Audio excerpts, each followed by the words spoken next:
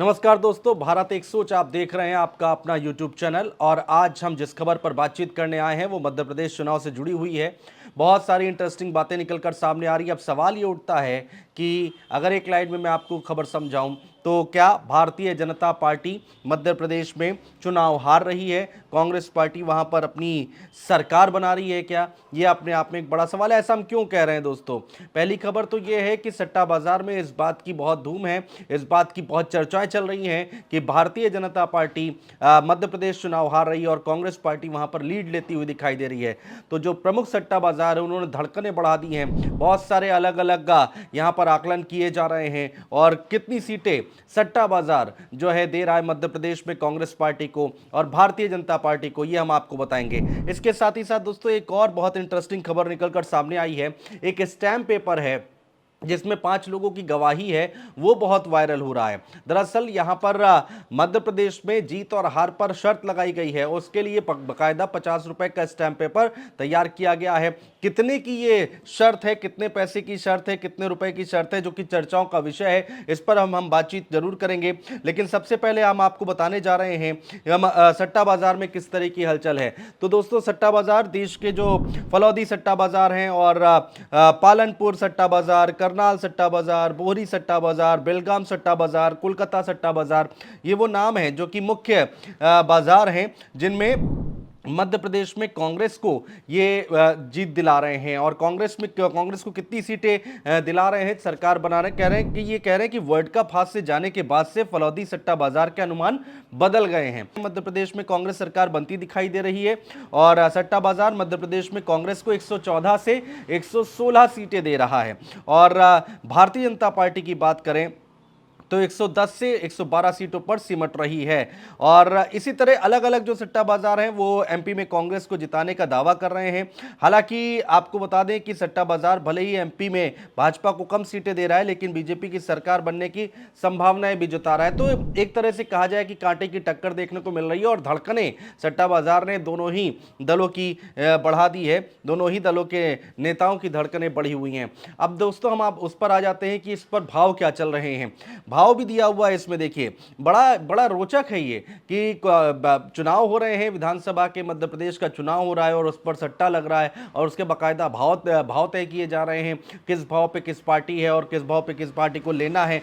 ये तमाम बातें इसमें लिखी हुई हैं, वो मैं आपको पढ़ के बताता हूं दोस्तों। मध्य प्रदेश और छत्तीसगढ़ में भाजपा और कांग्रेस की सरकार बनने और नहीं बनने को लेकर सट्टा बाजार ने भाव निर्धारित किए हैं।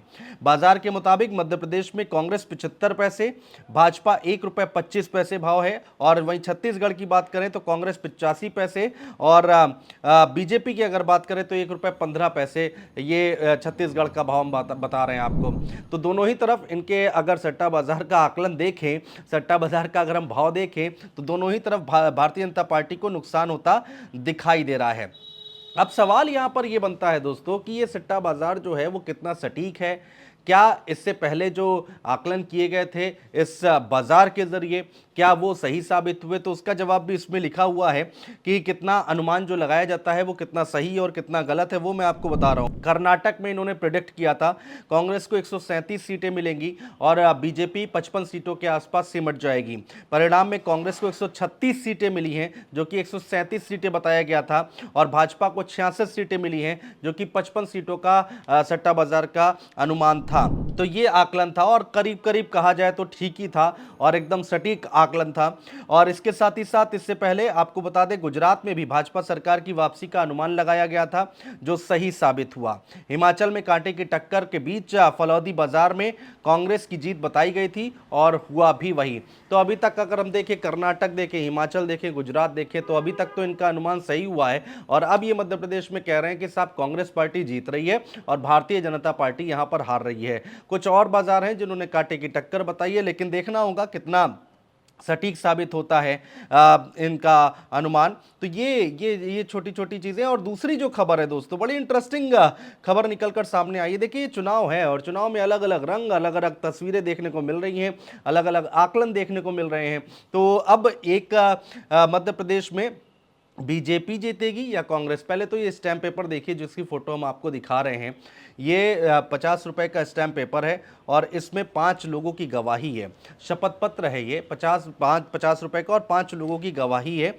और इसमें एक पक्ष ये कह रहा है कि कांग्रेस जीतेगी और एक पक्ष ये कह रहा है, दो लोगों के बीच में शर्त लगी है, एक दूसरा पक्ष कह रहा है कि भारतीय जनता पार्टी जीतेगी।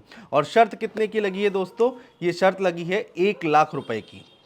ये शर्त 1 लाख रुपए की लगी है और इसमें जो भी जीतेगा उसको 1 लाख रुपए मिलेंगे। बकायदा एक शख्स और है, उसको बकायदा दोनों तरफ से चेक, दोनों पक्षों से चेक साइन करके दिए गए हैं एक लाख रुपए के। और जैसे ही जीत हार तय होगी वैसे ही उस शख्स को, जो जीतेगा, उसको 1 लाख रुपए का चेक दे दिया जाएगा। तो साइन करके एक गवाह भी तैयार किया गया है, जिसको एक गवाह को दिया गया है। इसके साथ ही साथ दोस्तों एक और बहुत इंटरेस्टिंग बात है, कमलनाथ की सीट निकलेगी या नहीं निकलेगी, इस पर भी शर्त लगी। और वो शर्त कितने की थी? वो शर्त थी 10 लाख रुपए की। ये देखिए, छिंदवाड़ा में 10 लाख रुपए की शर्त लग चुकी है कमलनाथ की हार और जीत को लेकर। एक पक्ष कह रहा है कि जीत होगी तो दूसरा पक्ष कह रहा है हार होगी। अगर जीतते हैं तो जो पक्ष जीतता है तो उसको, अगर कमलनाथ जीतते हैं, जिसने कमलनाथ के ऊपर शर्त लगाई होगी, उसको 10 लाख रुपए मिल जाएंगे। और जो शख्स कहता है कि हारता है और अगर हार होती है कमलनाथ की तो उसको 10 लाख रुपए मिल जाएंगे। तो दोस्तों ये बड़ा इंटरेस्टिंग यहाँ पर एक तस्वीर निकल कर सामने आ रही है, एक खबर निकल कर सामने आ रही है, जो कि हमने सोचा कि आपके सामने लेकर आया जाए, इस चुनाव के अलग अलग रंग आपको दिखाए जाए। बहुत बहुत शुक्रिया दोस्तों।